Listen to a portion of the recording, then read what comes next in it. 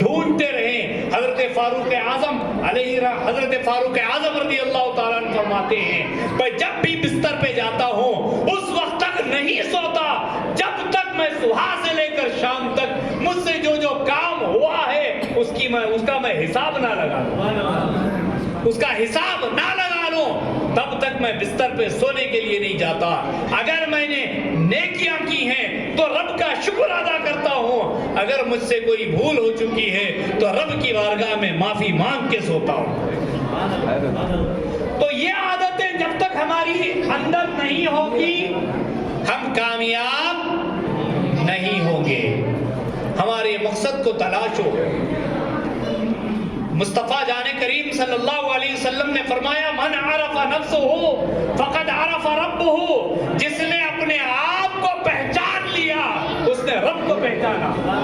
تو اپنے آپ کو کیسے پہچانو گے؟ اپنے آپ کو پہچانو. ہم اپنے آپ کو پہچاننے کے لیے ہمارے اکابروں کی طرف دیکھنا ہے، ہمارے اکابروں کی طرف دیکھنا ہے، ہمارے اکابروں کی زندگی کو ہمارے سامنے رکھو. انہوں نے جو کیا ہے وہ کرو، انہوں نے جن چیزوں سے منع کیا ہے اس سے دور ہو جاؤ. کامیابی ہمارے قدموں کو چومتی ہوئی نظر آئے گی. ادھر ادھر جانے کی ضرورت نہیں ہے، ہم اپنے آپ کو بہتر کرنے کی کوشش کریں. عزیزان محترم، کل میں ایک کلپ دیکھا، معاذ اللہ استغفر اللہ، کوئی حضرت ابو بکر صدیق رضی اللہ عنہ کے خلاف بول رہا ہے، کوئی حضرت فاروق اعظم کے خلاف بول رہا ہے. میرے ایمان نے للکار کر کہا کہ اے ظہیر الدین، یہ لوگ آج بول رہے ہیں، یہ فتنہ آج ابھر رہا ہے، لیکن آقا کا معجزہ اور آقا کا علم غیب دیکھیے. آقا کا معجزہ کیا یہ توجہ، یہ آج لوگ خلاف کہہ رہے ہیں. معاذ اللہ، حضرت ابو بکر صدیق رضی اللہ عنہ، حضرت عمر رضی اللہ عنہ کے خلاف آج کچھ لوگ بول رہے ہیں. آقا کا علم غیب دیکھیں، آقا جانتے تھے ایک زمانہ آئے گا یہ میرے دو یاروں کے خلاف کچھ لوگ کہیں گے، اس لیے آقا نے پہلے ہی سے اپنے آغوش میں لے لیا. اپنے آغوش میں لے کر قیامت تک آنے والے ایمان والوں کو بھی اور قیامت تک آنے والے بغاوت کرنے والوں کو بھی یہ بتا دیا آقا نے، یہ میرے تھے، میرے ہیں، میرے رہیں گے. یہ میرے تھے، میرے ہیں، میرے رہیں گے. عزیزان محترم، ہماری زندگی کا مقصد کو سمجھنے کی کوشش کرو. ایک چھوٹی سی مثال دیتا ہوا میں آگے بڑھوں. ہم لوگ ایکسپریس ٹرین دیکھے ہیں نا، ایکسپریس ٹرین یہ جب چلتی ہے تو بڑی اسپیڈ سے جاتی ہے. جب یہ ٹرین نکل رہی ہے، اپنی رفتار پکڑ رہی ہے، تو دونوں طرف، ریل کے دونوں طرف اس کو کھیت نظر آتے ہیں، باغات نظر آتے ہیں، جھیل نظر آتے ہیں، پانی نظر آتا ہے، پہاڑ نظر آتا ہے، بہاریں نظر آتی ہیں، سب کچھ یہ اس کو نظر آتی ہے. مگر یہ ٹرین کبھی رکتی نہیں. کبھی رکتی ہے؟ بس چلتی رہتی ہے. اور بیچ بیچ میں کچھ اسٹیشن بھی آتے ہیں، بیچ بیچ میں کچھ اسٹیشن بھی آتے ہیں، مگر وہ رکتی ہی، ایسا محسوس ہوتا ہے یہ کہیں نہیں رکے گی، جاتی رہے گی. جب تک اس کی منزل پر وہ نہیں پہنچتی اس وقت تک وہ کہیں نہیں دیکھتی، نہ رکتی ہے نہ ٹھہرتی ہے. ٹرین کو یہ مطلب نہیں ہے کہ پہاڑ کتنا خوبصورت ہے، ٹرین کو کا یہ مطلب نہیں ہے کہ باغات کیسے ہیں، کھیت کیسے ہیں. بس اس کا مقصد ہے منزل تک پہنچنا. منزل تک وہ پہنچتی ہے. ایک ٹرین، انسان کے بنائے ہوئے ٹرین کے اندر یہ طاقت ہے کہ وہ اپنی منزل تک پہنچنے کے لیے کہیں نہیں رکتی. تو اے انسان، تو کیوں رکتا ہے اپنی منزل تک پہنچنے کے لیے؟ اے انسان، تو اپنی منزل تک پہنچنے کے لیے کیوں رکتا ہے؟ خواہشات آ گئے تو انسان رک گیا،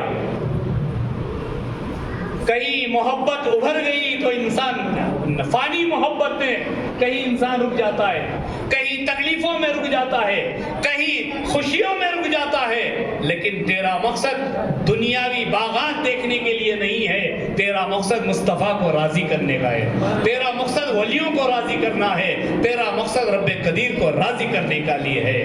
تو عزیزان محترم، والعاقبۃ للمتقین، آخرت میں اچھا انجام پرہیزگاروں کے لیے۔ پیارے آقا صلی اللہ علیہ وسلم نے حجۃ الوداع کے وقت آخری خطبہ جو فرمایا تھا، آپ نے فرمایا تقریباً 1.25 لاکھ کے قریب صحابہ کرام تھے، آقا نے فرمایا اے ایمان والو، اے میرے صحابہ، اے میرے چاہنے والو، آپ کو میں یہ پیغام پہنچا رہا ہوں، قیامت تک جتنے میرے آئیں گے سب کو یہ پیغام پہنچانا۔ صحابہ نے عرض کیا یا رسول اللہ فداک امی و ابی، ہمارے ماں باپ آپ پر قربان ہیں۔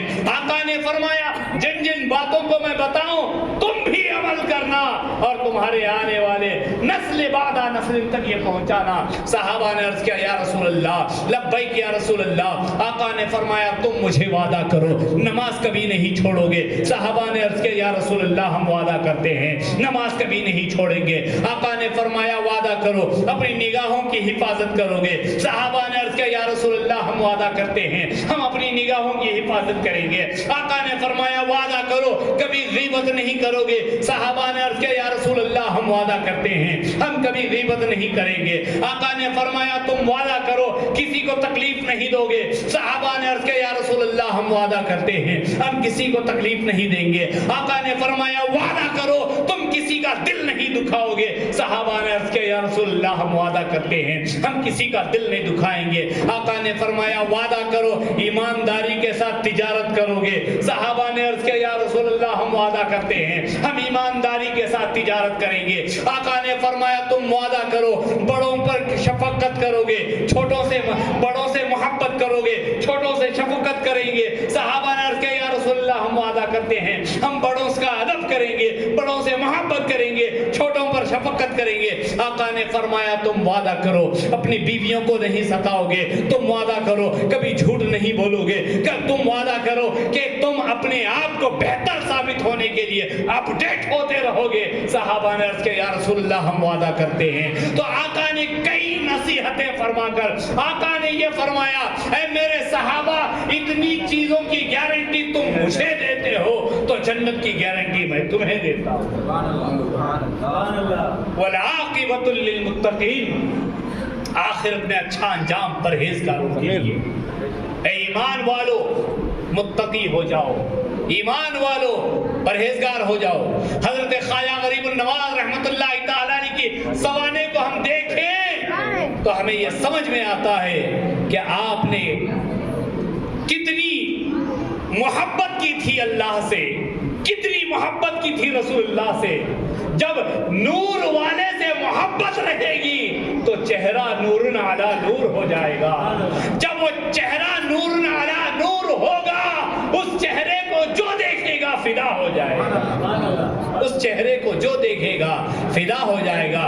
آج ہماری بھی صورتیں ہیں، ہم بھی بازار میں چلتے پھرتے ہیں مگر ہمیں دیکھ کر زیادہ سے زیادہ اپنے لوگ سلام کر کے مسکراتے ہیں، مگر خواجہ کی وہ شان تھی جنہیں دیکھ کر 90 لاکھ لوگوں نے ایمان لے کر آئے۔ سبحان اللہ۔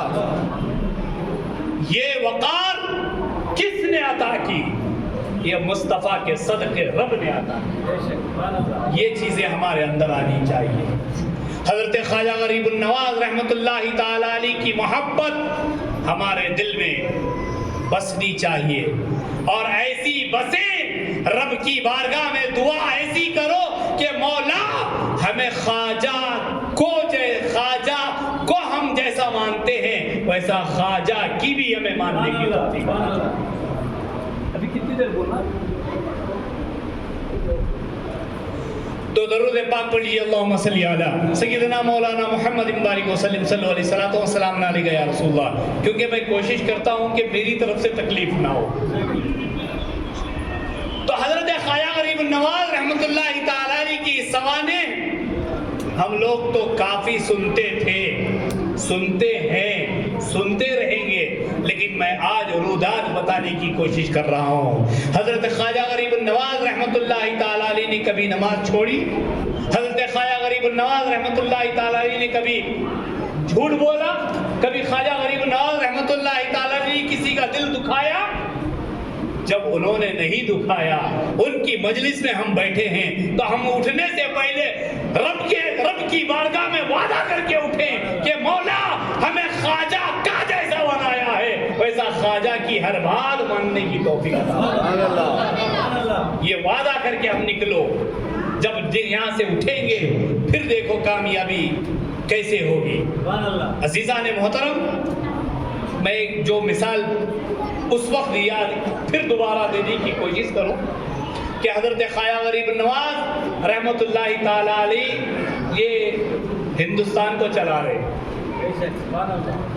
اور ہر ہندوستانی کا فرض ہے سال میں ایک مرتبہ وہاں کی حاضری دے۔ ہر ہندوستانی کا فرض ہے۔ اگر کوئی نہیں جا سکتا کسی وجہ سے تو اس پر ضروری ہے کہ ان کی محفل بنائے، حاضری کا ثبوت دے۔ سبحان اللہ، کیا بات ہے، ان کی اچھا انداز، واہ ماشاءاللہ۔ اور ہم لوگ ہندوستانی ہونے کا ثبوت کبھی جا کر دیتے ہیں، اگر جانے کی سہولت نہ ہو تو آستانہ کمبل پوش میں بیٹھ کر دیتے ہیں، اور ہم یہی کہتے ہیں کہ خواجہ کل بھی تیری حکومت تھی، آج بھی تیری حکومت ہے۔ تو عزیزان محترم، حضرت خواجہ غریب النواز رحمۃ اللہ تعالی علیہ کو کون نہیں جانتا، لیکن آج ہم لوگ کہیں گے کہ ان کو جیسا مان رہے ہیں ان کی بھی ماننے کی ہم کوشش کریں۔ اللہ اکبر۔ آپ جے پال جوگی کا معاملہ دیکھیں، آپ کی زبان مبارک سے جو الفاظ نکلے، اللہ تعالیٰ نے کن فیکن کا معاملہ کر دیا۔ کیوں؟ وہ مصطفیٰ کے ہو گئے۔ جو رب کا ہو جاتا ہے اور جو مصطفیٰ کا ہو جاتا ہے، رب قدیر اس کی زبان سے جو الفاظ نکلتا ہے اسے حق ادا کر دیتا ہے۔ تو عزیزان محترم، حضرت خواجہ غریب النواز رحمۃ اللہ تعالی علیہ کی سوانح کے اوپر ہم غور کریں، آپ کے ہر واقعے میں ہر حکمت موجود ہے۔ آپ کے ہر واقعے میں ہمارے ایمان کو تازگی بخشنے کی حکمتیں موجود ہیں، اس پر بھی ہم توجہ دیں، اس پر بھی ہم توجہ دیں۔ جب تک اس پر ہم توجہ نہیں دیں گے ہم مکمل ایمان والے نہیں ہو سکتے۔ صرف ذکر کرنے سے فیض نہیں ملے گا، ان کے بتائے ہوئے راستے پر چلنے سے فیض ملے گا۔ ان کے بتائے ہوئے راستے پر چلنے سے فیض ملے گا۔ اس لیے کہ ذکر کرنا غیر بھی کرتے ہیں، ذکر کرنا اور ہے، ان کے بتائے ہوئے راستے پر چل کے ذکر کرنا یہ نور نالا نور کا مقام لے، نور نالا نور کا مقام لے جاتا ہے۔ عزیزان محترم، اپنے دماغوں کو وسیع رکھو، نفرتیں ختم کرو، آپس میں محبتوں کو بانٹو، ایک دوسرے کے ساتھ بہتر سے بہتر زندگی گزارنے کی کوشش کرو۔ ماں باپ کو چاہیے کہ اپنی اولاد کو اچھی تربیت دیں، اور اپنی اولاد کو چاہیے کہ ماں باپ کی خدمت کرے۔ یہ کس نے بتایا ہے؟ یہ حضرت خواجہ غریب النواز نے بتایا۔